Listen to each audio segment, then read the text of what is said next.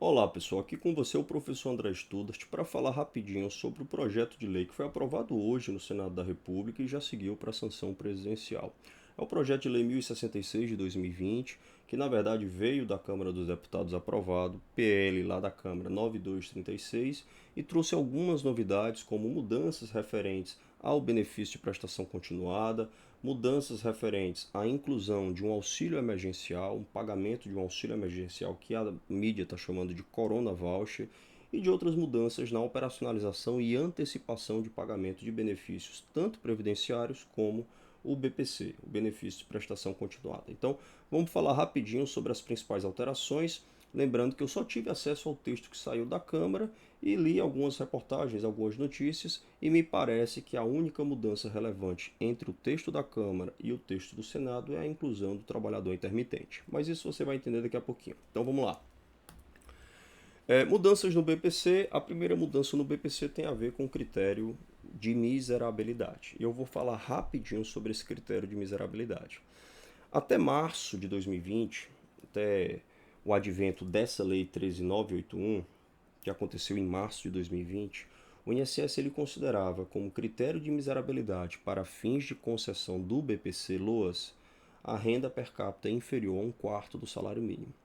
Mas, André, esse critério não foi declarado inconstitucional pelo Supremo? Foi. Só que o Supremo declarou esse critério inconstitucional sem pronunciar a nulidade do dispositivo. Tanto que o INSS continuava aplicando esse critério mesmo depois da decisão do Supremo Tribunal Federal. A diferença é que o INSS ele aplicava o critério objetivo de renda per capita inferior a um quarto do salário mínimo. Se o benefício fosse negado por conta disso, a parte muitas vezes levava o caso para o Poder Judiciário e lá no Judiciário o juiz ele era livre de qualquer parâmetro objetivo para reconhecer a miserabilidade no caso concreto.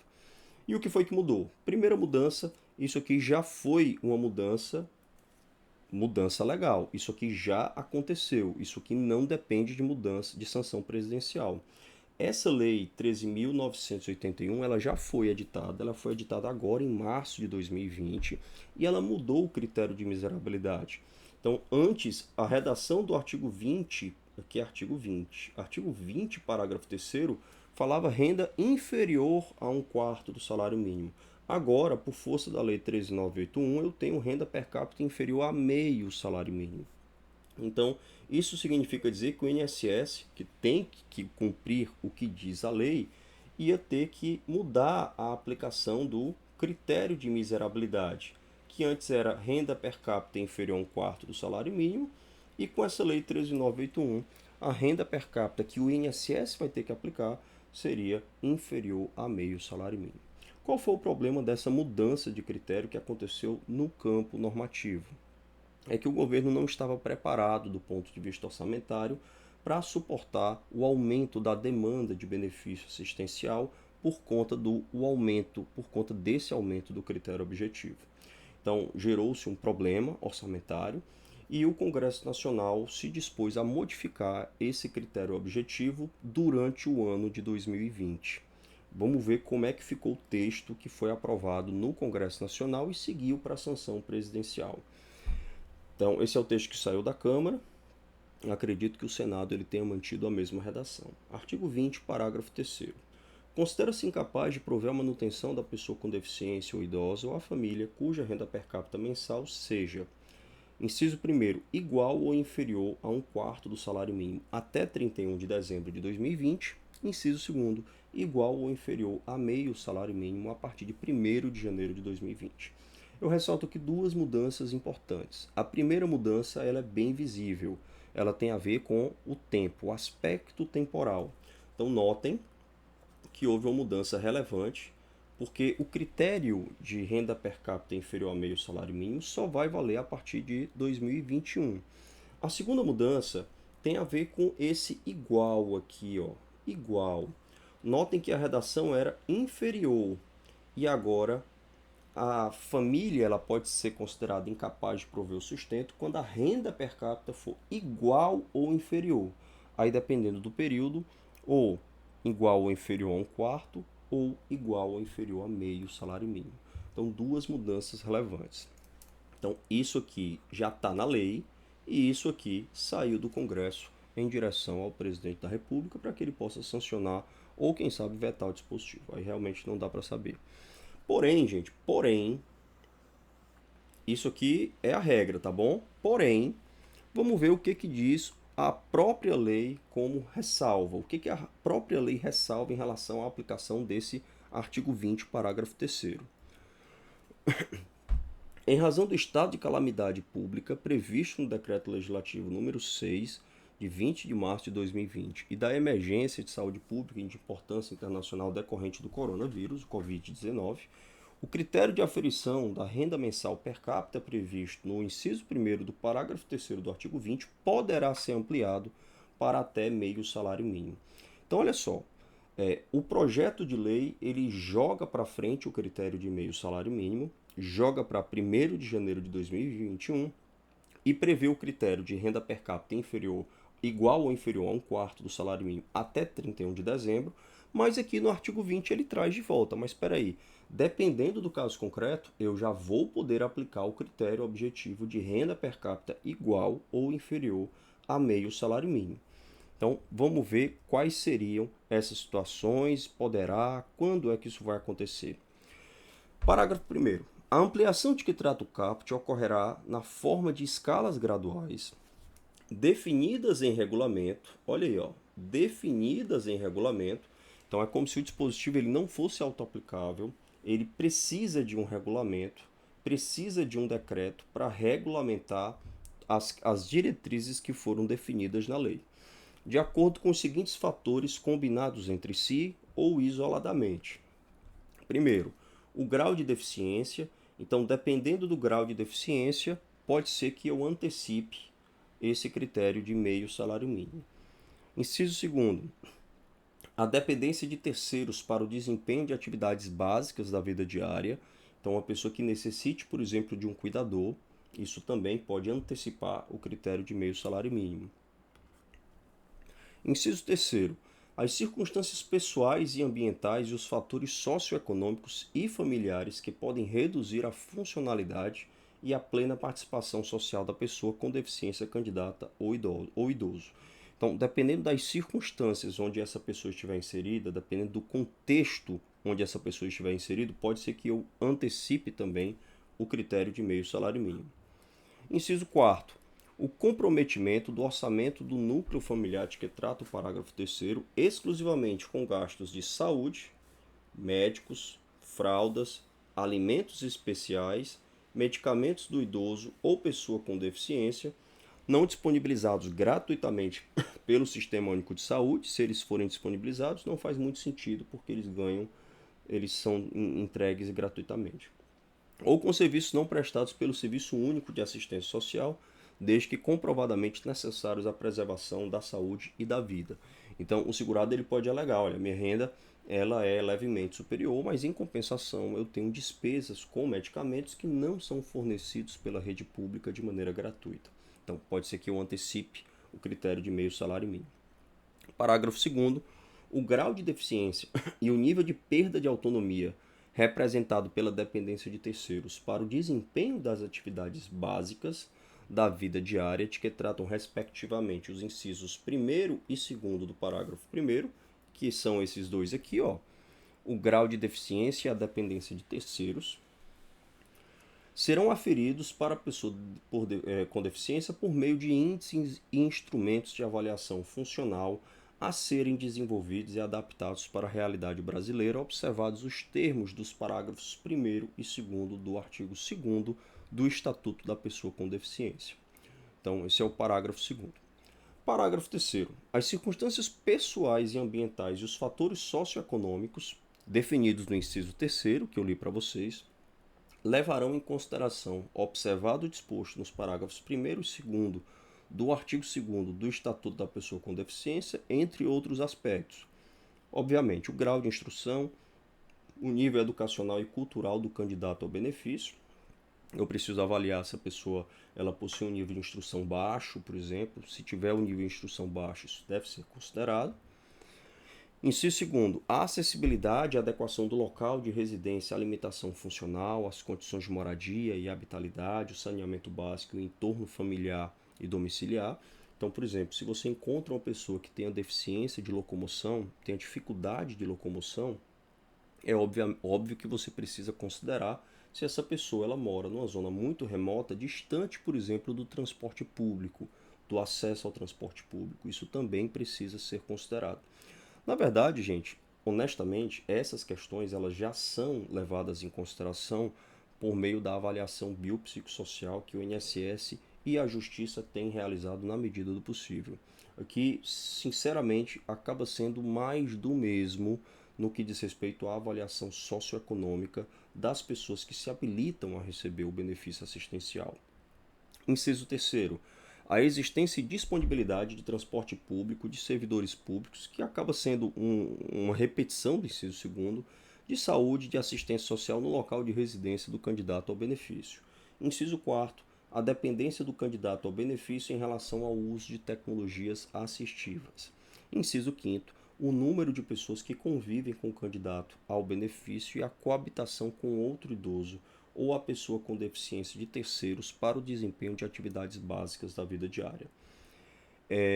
Parágrafo 4º, e aí a gente já está praticamente finalizando esse primeiro ponto do BPC, o valor referente ao comprometimento do orçamento do núcleo familiar com gastos com tratamento de saúde, médicos, fraldas, alimentos especiais, medicamentos do idoso ou pessoa com deficiência, será definido pelo INSS a partir de valores médios de gastos realizados pelas famílias exclusivamente com essas finalidades.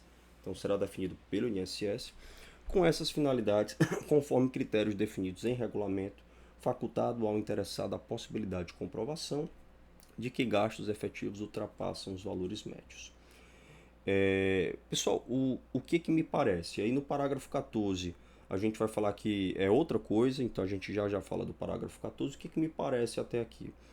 Me parece que o projeto de lei que saiu do Congresso Nacional, ele discrimina de maneira mais detalhada critérios que devem ser considerados, que já devem ser considerados desde sempre, na avaliação biopsicossocial, que é a avaliação do BPC, que é uma avaliação que não leva em consideração exclusivamente questões do ponto de vista médico, ou seja, do ponto de vista mental, psíquico, intelectual e anatômico. Eu levo em consideração muitos outros fatores, fatores socioambientais. Então me parece que essa discriminação excessiva de dispositivos acaba, em primeiro lugar, repetindo em certa medida os critérios que já são utilizados pelo INSS, e eu não sei se você teve essa impressão, mas são tantas possibilidades que acaba que no final das contas esse adiamento do critério objetivo de meio salário mínimo para 1º de janeiro de 2021 não serviu de nada, porque são tantas regras que possibilitam a antecipação desse critério que na prática eu vou aplicar esse critério desde um primeiro momento.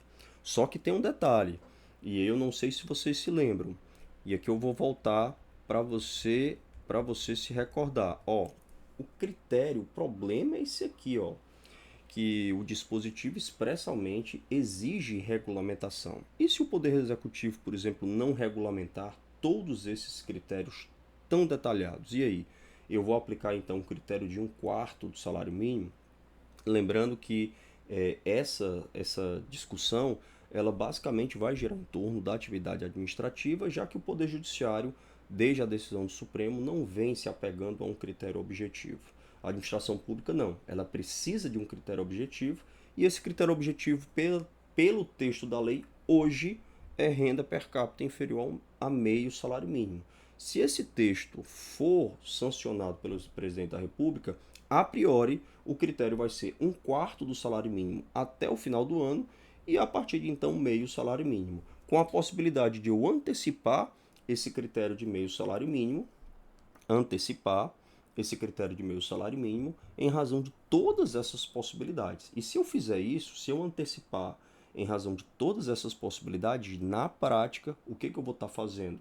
Na prática, eu vou estar antecipando o critério de meio salário mínimo para praticamente todas as hipóteses de BPC. Tá bom, gente? Ainda em relação ao BPC, mas já superando essa questão em torno da renda per capita, vamos para o parágrafo 14. O benefício de prestação continuada ou benefício previdenciário no valor de um salário mínimo concedidos a idoso acima de 65 anos de idade ou pessoa com deficiência não será computado para fins de concessão do BPC a outro idoso ou pessoa com deficiência da mesma família no cálculo da renda a que se refere o parágrafo 3º. O que está dizendo esse dispositivo? Ele está dizendo o seguinte, que o BPC que já foi concedido para um idoso, ele não pode ser considerado como renda para fins de aferição da miserabilidade com base no critério objetivo especificado em lei. Da mesma forma, o benefício de prestação continuada recebido pela pessoa com deficiência também não pode ser considerado como renda para fins de apuração da renda per capita familiar. Esse dispositivo aqui, ele decorre do julgamento do STF. O STF, quando julgou o critério de miserabilidade, na mesma sentada ele julgou isso aqui. E ele disse claramente, eu não vou considerar como renda nem o BPC idoso e nem o BPC pessoa com deficiência. Porque o BPC idoso ele já estava previsto como benefício que deveria ser excluído do cálculo da renda. O Estatuto do Idoso já tinha essa previsão.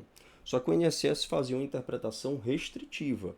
Não, se a lei está dizendo que só o BPC idoso não pode ser considerado da renda familiar, eu não posso ter essa mesma interpretação para o BPC pessoa com deficiência, porque a lei não prevê BPC pessoa com deficiência. Então, só para você entender direitinho. Então, antes da lei, eu tinha aqui um idoso e esse idoso era titular de um BPC, BPC idoso. E a esposa dele, também idosa, pediu o BPC pessoa com deficiência. Perdão, BPC idoso. Então, o grupo familiar é composto só pelos dois. Então, ela tinha direito ao BPC e o INSS reconhecia esse direito. Por quê? Porque o Estatuto do Idoso dizia que quando essa senhora fosse pedir o BPC idoso, eu não ia considerar esse senhor, a renda desse senhor, para fins de cômputo da renda familiar. Então é como se ela estivesse pedindo o BPC e morasse sozinha. E aí ela teria direito ao benefício assistencial porque a renda seria zero. Ela não tinha renda nenhuma, pediu o BPC, então ela teria direito ao benefício. Mas o INSS interpretava restritivamente. Então, se por um acaso a situação fosse levemente diferente, vamos imaginar agora a situação sendo essa. A situação sendo essa, ó. Essa pessoa aqui recebia um BPC pessoa com deficiência. E morava junto com ela outra pessoa que acabou de pedir o BPC pessoa com deficiência. Então, a situação ela é bem parecida, correto? Só que a lei, até então, ela não previa que esse BPC pessoa com deficiência ele não poderia ser desconsiderado da renda familiar. Então, quando esse cidadão aqui ia pedir o BPC, como ele morava junto com esse aqui, o INSS dizia, olha, a renda, o grupo familiar é composto por duas pessoas, dois, e a renda é de um salário mínimo. Eu não posso te dar o BPC. Então, o INSS negava o benefício de prestação continuada para esse indivíduo. E o STF declarou a inconstitucionalidade dessa interpretação, entendendo que eu vou poder também desconsiderar a renda de um salário mínimo decorrente de BPC pessoa com deficiência. E agora o PL consagrou essa interpretação do Supremo, deixando bem claro que eu não vou considerar no cálculo da renda familiar a renda recebida de BPC pessoa com deficiência. Além, claro, isso já vinha previsto desde o Estatuto do Idoso, a renda de BPC pessoa idosa, tá bom? E aqui vem o parágrafo 15. O benefício de prestação continuada será devido a mais de um membro da mesma família enquanto atendidos os requisitos exigidos nesta lei. Então, se 3 pessoas tiverem direito ao BPC pessoa com deficiência, da mesma família, as 3 pessoas poderão receber o benefício, já que ele não integra o cômputo da renda familiar e com mais razão e de maneira expressa pelo parágrafo 15. O benefício vai ser devido, sim, a mais de uma família, sem nenhum problema. Tá bom, gente? Então, fechamos as novidades referentes ao benefício de prestação continuada. E para não quebrar o vídeo, já que é um vídeo só sobre esse PL, vamos já falar sobre o auxílio emergencial, que é o Corona Voucher. como a mídia tem chamado esse benefício. Artigo 2º do PL. Durante o período de 3 meses, a contar da publicação da lei, será concedido auxílio emergencial no valor de R$ 600 ao trabalhador que cumpra cumulativamente os seguintes requisitos. 2 pontos que chamam a atenção. Primeiro, o valor. Esse valor, inicialmente, ele seria de 200, aí depois ele passou a ser de 300, depois 500, e no final das contas, o governo sinalizou positivamente pelo auxílio de R$ 600 ao trabalhador que cumpra cumulativamente. E essa aqui é a segunda observação. Os requisitos que eu vou listar para vocês agora são requisitos cumulativos, ou seja, ele tem que preencher todos esses requisitos para ter direito a esse auxílio emergencial de R$ 600. Então vamos lá. Primeiro, tem que ser maior de 18 anos, então não pode ser menor de 18 anos. Segundo, não pode ter emprego formal. E André, o que seria emprego formal? O próprio PL diz: são considerados empregados formais os empregados com contrato de trabalho formalizado nos termos da CLT. Eu vou excluir só os intermitentes, vocês vão entender o porquê. E todos os agentes públicos, independentemente da relação jurídica, inclusive os ocupantes de cargo ou função temporários, de cargo em comissão de livre nomeação e exoneração ou titulares de mandato eletivo. Então, eu vou tomar esse conceito aqui por exclusão. Quem é que não tem emprego formal? Todas as pessoas que não se enquadrarem dentro dessa ideia do parágrafo 4º. Tá bom, gente? Então, segundo requisito. Então, até aqui eu já tenho 2 requisitos que são cumulativos. Tem que ser maior de 18 anos e não pode ter emprego formal. Vamos lá para o terceiro. Também não pode ser titular de benefício previdenciário ou assistencial, não pode ser titular de seguro-desemprego, não pode ser titular de programa de transferência de renda federal, salvo o Bolsa Família. E aí tem uma ressalva no parágrafo 1º, que mais tarde eu vou passar aqui para você. Inciso 4º, cuja renda mensal per capita seja inferior a meio salário mínimo ou a renda familiar total seja de até 3 salários mínimos. Notem, ou um ou outro, tá bom? Ou um ou outro. Então, a renda per capita, ele consagrou o critério de meio salário mínimo, ou então a renda familiar total tem que ser de até 3 salários mínimos. Inciso 5º, que no ano de 2018 não tenha recebido rendimentos tributáveis acima de R$ 28.559,70. Acredito que aqui, na verdade, seja 2019. Eu copiei o texto que saiu do Congresso, mas deve ser 2019. Porque esse é o valor da isenção do imposto de renda. Tá bom, gente? Aqui ficou meio desconfigurado. Inciso 6º, que exerça atividade na condição de MEI, microempreendedor individual, na linha A. A linha B, contribuinte individual do regime geral, que é o contribuinte individual que paga a previdência certinho, mas ele paga nesse plano simplificado de 11%. Então ele paga um plano que é vinculado ao salário mínimo e que gera para ele futuramente direito ao benefício de salário mínimo. O trabalhador informal de qualquer natureza inscrito no cadastro único ou que cumpra o requisito do inciso 4º até 20 de março de 2020. Então, esse aqui é o trabalhador informal, é o ambulante, por exemplo, que não paga INSS, então esse aqui também estaria contemplado.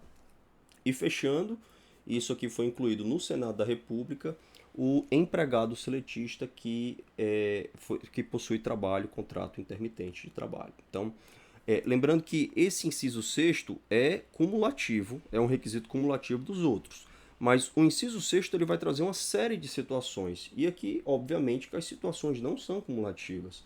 Então, ele vai poder exercer atividade ou como MEI, ou como contribuinte individual vinculado ao plano simplificado, ou como trabalhador totalmente informal, que não paga a previdência e está no cadastro único, ou então o trabalhador intermitente. Tá bom, gente?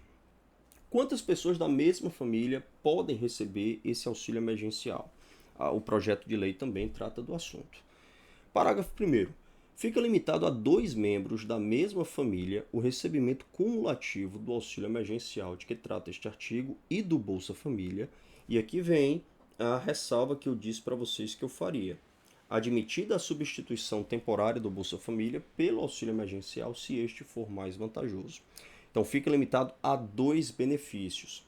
E ele pode receber 2 auxílios emergenciais e 2 Bolsas Família? Não pode, porque durante o recebimento do auxílio emergencial, ele não vai poder acumular os 2. Então, o Bolsa Família deixa de ser pago se o auxílio emergencial for mais vantajoso, tá bom? Então, fica limitado a duas pessoas da mesma família. Duas podem receber. E André, e no caso de mulheres provedoras de família monoparental, que é quando a mulher, por exemplo, cria os três filhos, sem a ajuda do marido, do pai das crianças. A mulher provedora de família monoparental receberá duas cotas do auxílio.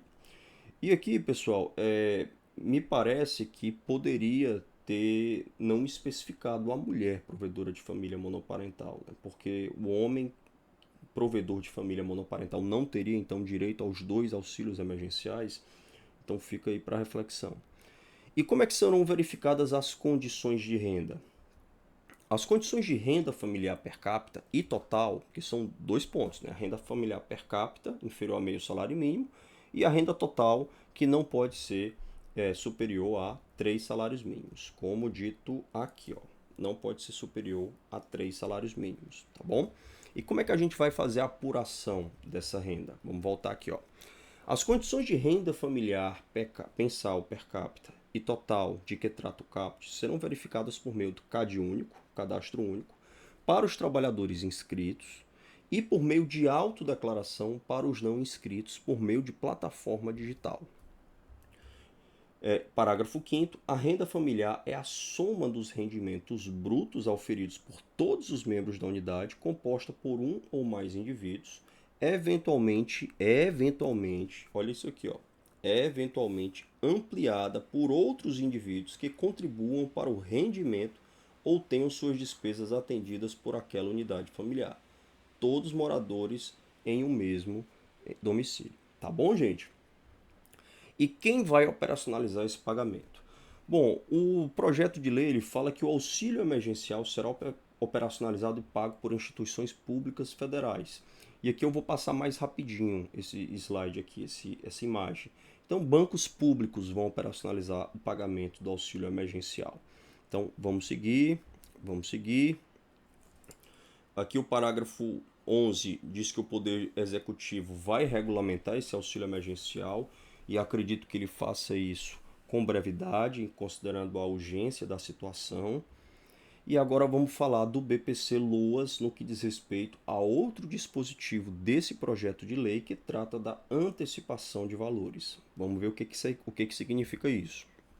Artigo 3º, fica o INSS autorizado a antecipar, olha aí pessoal, antecipar o valor mencionado no artigo 2º desta lei para os requerentes de BPC. Lembrando que esse artigo 2º desta lei é o Corona Voucher, se a gente for utilizar a nomenclatura da doutrina, da mídia, que é de R$ 600. Para os requerentes do BPC, de que trata o artigo 20 da Lei 8742, durante o período de 3 meses, a contar da publicação desta lei, ou até a aplicação pelo INSS do instrumento de avaliação da pessoa com deficiência, o que acontecer primeiro. Então, o que está dizendo esse dispositivo? Considerando que existe uma fila, que naturalmente deve ter aumentado em razão das dificuldades com diminuição de pessoal, fazendo perícia, avaliação, muito provavelmente essa fila deve ter aumentado. Então o INSS ele fica autorizado a conceder esse Corona Voucher, esse valor de R$ 600, durante 3 meses para as pessoas enquanto elas aguardam a avaliação do INSS a respeito das condições físicas de saúde, a respeito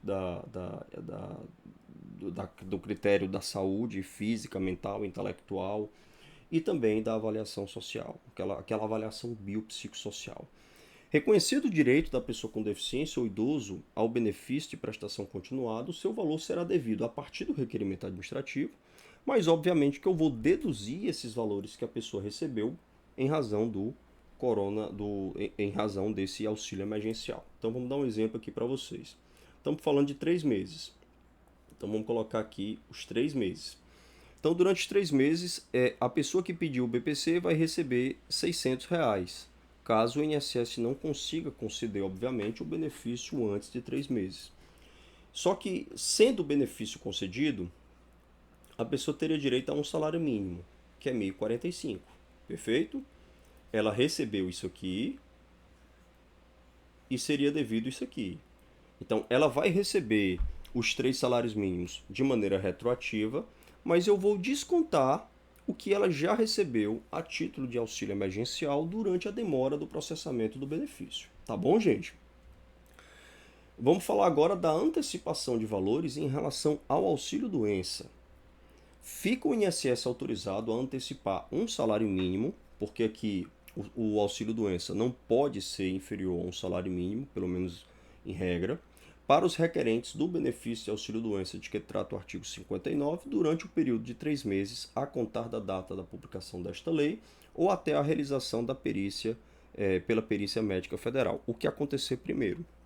Então é a mesma coisa do BPC.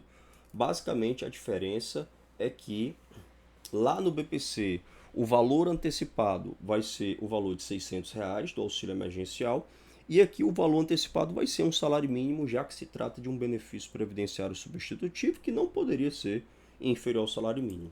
E a outra diferença é que aqui vai ser até a realização da perícia médica federal, porque o auxílio-doença ele só precisa de uma avaliação médica, diferente do BPC, que precisa de uma avaliação mais complexa, que é a avaliação da pessoa com deficiência. No caso do idoso, a coisa é mais simplificada. Mas não acabou em relação ao auxílio-doença. Vamos voltar. Por quê? Porque o auxílio-doença, gente, óbvio que ele está condicionado à perícia médica, mas ele não está condicionado só à perícia médica. Existem outros requisitos que precisam ser atendidos.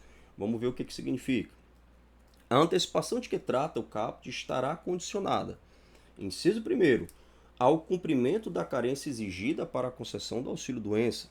O auxílio-doença ele precisa de uma carência de 12 contribuições mensais. Então, se o segurado ele não tem essas 12 contribuições mensais e nós não estamos diante de nenhuma hipótese excepcional, como acidente de qualquer natureza ou acometimento por doença grave previsto no artigo 151 da lei, então, se ele não tem carência e nem é caso de isenção de carência, o benefício, obviamente, seria indeferido, não faz sentido fazer essa antecipação.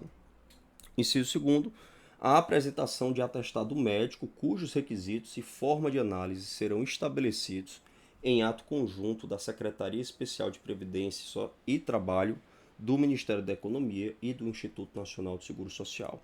Então, ele também precisa apresentar um atestado médico e aí a gente vai precisar de um ato conjunto da Secretaria Especial de Previdência e do Trabalho, tá bom? Artigo 5º.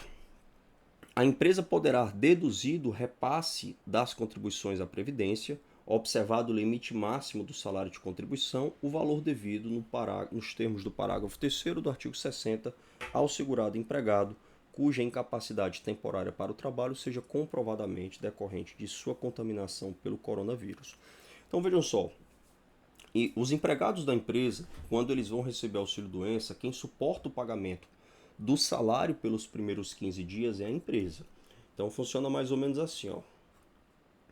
Durante os primeiros 15 dias, a empresa antecipa o pagamento do salário, no caso do segurado empregado, e o auxílio-doença começa a ser pago a partir do 16º dia. Então é a empresa que tem que pagar pelos primeiros 15 dias de afastamento. E o que esse dispositivo está trazendo de novidade? Se o segurado empregado tiver ficado incapacitado em razão da contaminação pelo Covid-19, pelo coronavírus, a empresa ela não vai ter a obrigação de tirar efetivamente do bolso dela, no final das contas, o pagamento do salário, porque ela vai poder fazer um acerto de contas. Ela vai poder deduzir o que ela pagou de salário para o segurado empregado dela, em razão desse afastamento durante os primeiros 15 dias, no momento em que ela vai fazer o pagamento das suas contribuições. Então, vamos lá. Então, imaginem que o empregado de uma empresa foi infectado e ficou incapaz em razão do coronavírus. A empresa ela paga os primeiros 15 dias para ele e o segurado entra em gozo de auxílio-doença a partir do 16º dia. Mas a história não acabou por aí. Por quê? Porque a empresa não pagou o salário do segurado durante os primeiros 15 dias, agora ela vai poder deduzir do repasse das contribuições à Previdência, observado o limite máximo do salário de contribuição, ao segurado empregado. Então, se a empresa tiver desembolsado, por exemplo, R$ 600 durante esses primeiros 15 dias de afastamento, o que ela vai fazer? Quando ela for pagar as contribuições previdenciárias dela, ela vai deduzir R$ 600. Então, no final das contas, isso não vai sair do bolso da empresa. A empresa antecipa e depois ela pede de volta. Tá bom, gente? Prorrogação do período de 3 meses. O período de 3 meses de que trata o caput dos artigos 2º, 3º, 4º e 5º poderá ser prorrogado por ato do Poder Executivo durante o período de enfrentamento da emergência de saúde pública. Então, atualmente, esse período é de 3 meses, mas ele pode ser aumentado de acordo com ato do Poder Executivo. E aqui o artigo 7º deveria ter ficado separado. Esta lei entra em vigor na data de sua publicação.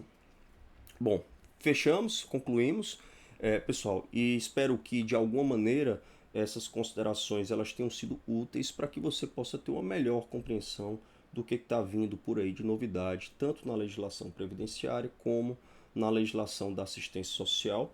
Vou deixar aqui para você o meu Instagram, é prof. André Studart.